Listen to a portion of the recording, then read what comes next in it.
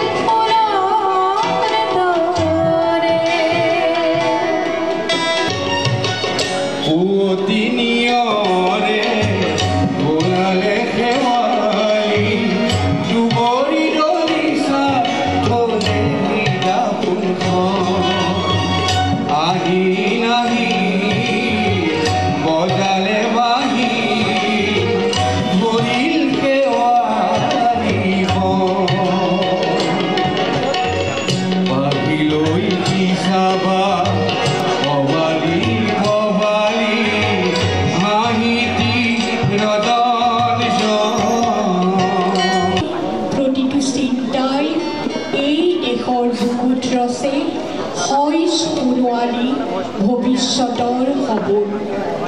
মোৰ জীৱনৰ আহে আহে মোৰ যৌৱনৰ কুহে কুহে সেই সপোনৰ কলৰোল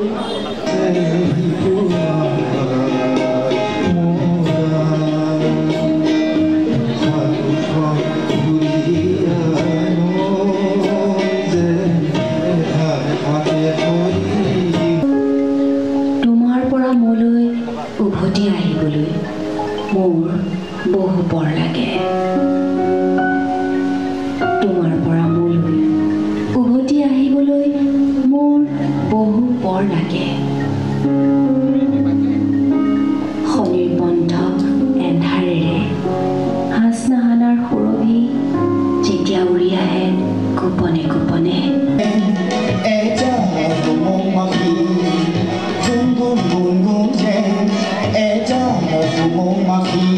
বসন্ত অহা হলে তাৰ লাহি দেউকাই কুঁৱলী আঁতৰাব পৰা হলে বসন্তৰ শ্ৰৱণ এতিয়া বসন্তকাল ফুলতকৈ কাইতেই ভাল এই বুলি কৈ মোৰ কোলাত আহি পৰিল তেজ ৰঙা বুলবুলিয়ে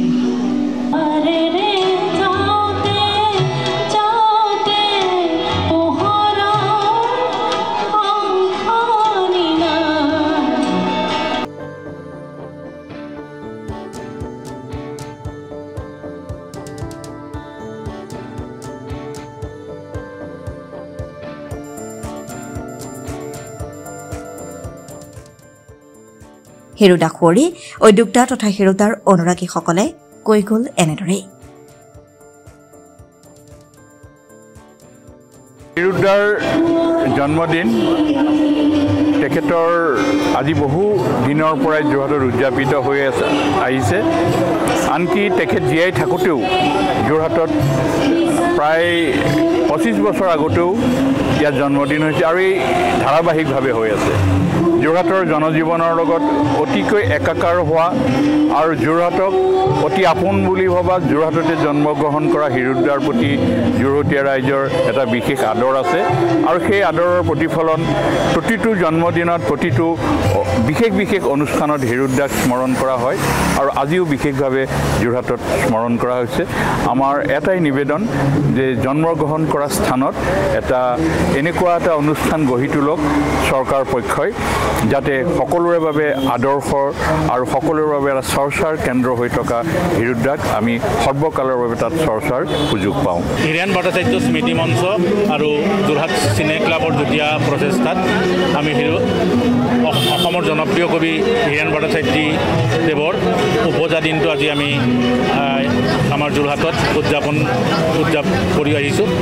এই তেখেতৰ জীৱিত কালতে আমি 1987 চনতে প্ৰথমবাৰৰ বাবে তেখেতৰ জন্মদিন ৰাজহুৱাভাৱে যোৰহাটত উদযাপন কৰিছিলোঁ তাৰপিছত প্ৰায় এৰাধৰাকৈ তেওঁৰ জন্মদিন উদযাপন চলি আছিল আৰু মৃত্যুৰ পাছত আমি প্ৰত্যেক বছৰে তেখেতৰ জন্মদিনটো হিৰুদাৰ দিন হিচাপে আমি যোৰহাটত উদযাপন কৰোঁ আমাৰ উদ্দেশ্য হ'ল নতুন প্ৰজন্মৰ মাজত হিৰুদাৰ কবিতা জনপ্ৰিয় কৰা বা অসমীয়া সাহিত্য যে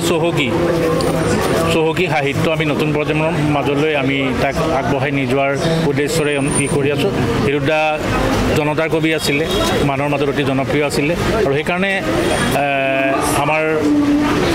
সৌভাগ্য যে আমি হিৰুদাৰ উপজা দিনত আমি যথেষ্ট সংখ্যক তেখেতৰ গুণমুগ্ধ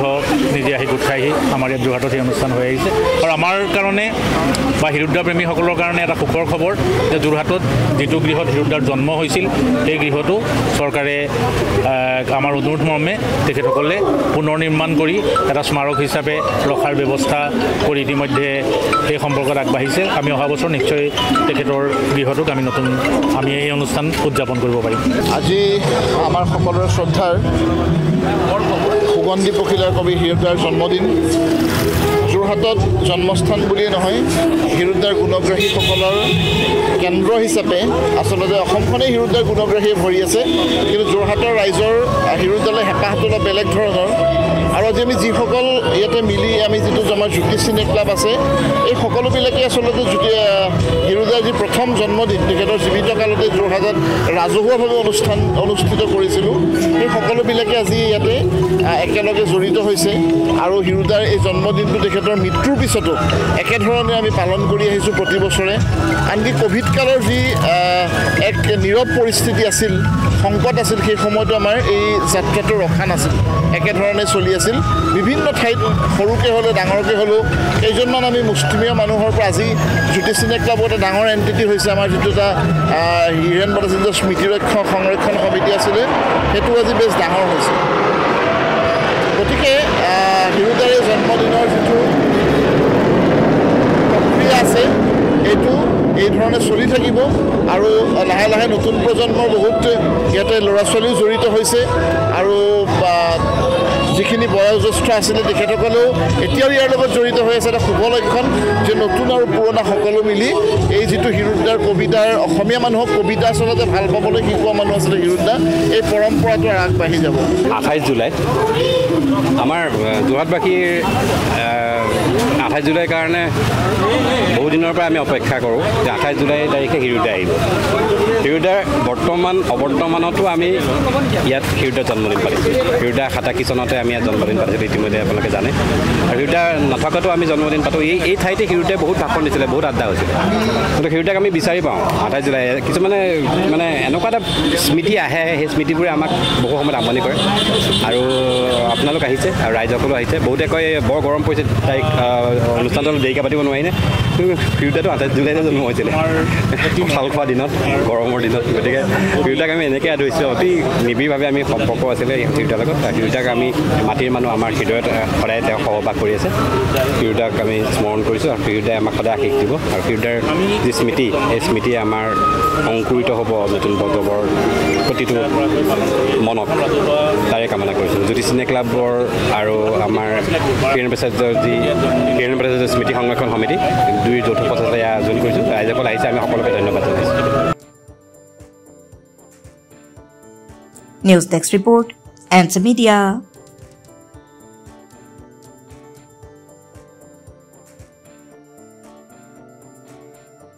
প্ৰতিটো ক্ৰিয়েটিভ যাত্ৰাৰ আৰম্ভণিৰ আঁৰত থাকে আপোনাৰ চিন্তা। আপোনাৰ চিন্তাক বাস্তৱায়িত কৰিবলৈ আমি NJ প্ৰডাকশ্যন প্লেনিঙৰ পৰা ষ্টৰী বৰ্ডিঙলৈ প্ৰতিটো সময়ত প্ৰতিটো ক্ষেত্ৰত আমি আপোনাৰ সহায়ৰ বাবে প্ৰস্তুত। এক্সপাৰ্ট ড্ৰোন অপাৰেটৰ আৰু বেষ্ট লাইটিঙৰ সৈতে ক্ৰিয়েটিভকৈ প্ৰতিটো মুভমেণ্ট আমাৰ কেমেৰাত কেপচাৰ কৰি এক্সপাৰ্ট এডিটিং, এনিমেশ্যন, মিউজিক আৰু ছাউণ্ড ডিজাইনিঙৰ সৈতে আমি দিওঁ আপোনাৰ চিন্তাক বাস্তৱ ৰূপ। আপোনাৰ এক্সপেক্টেশ্যনছক ৰিয়েলিটিলৈ লৈ যোৱাৰ দায়িত্ব আমাৰ। NJ production, your vision, our creation। আপোনাৰ ক্ৰিয়েটিভ যাত্ৰাৰ আমি হ'ম সহযোগী। NJ প্ৰডাকশ্যনৰ সৈতে আজিয়ে যোগাযোগ কৰক।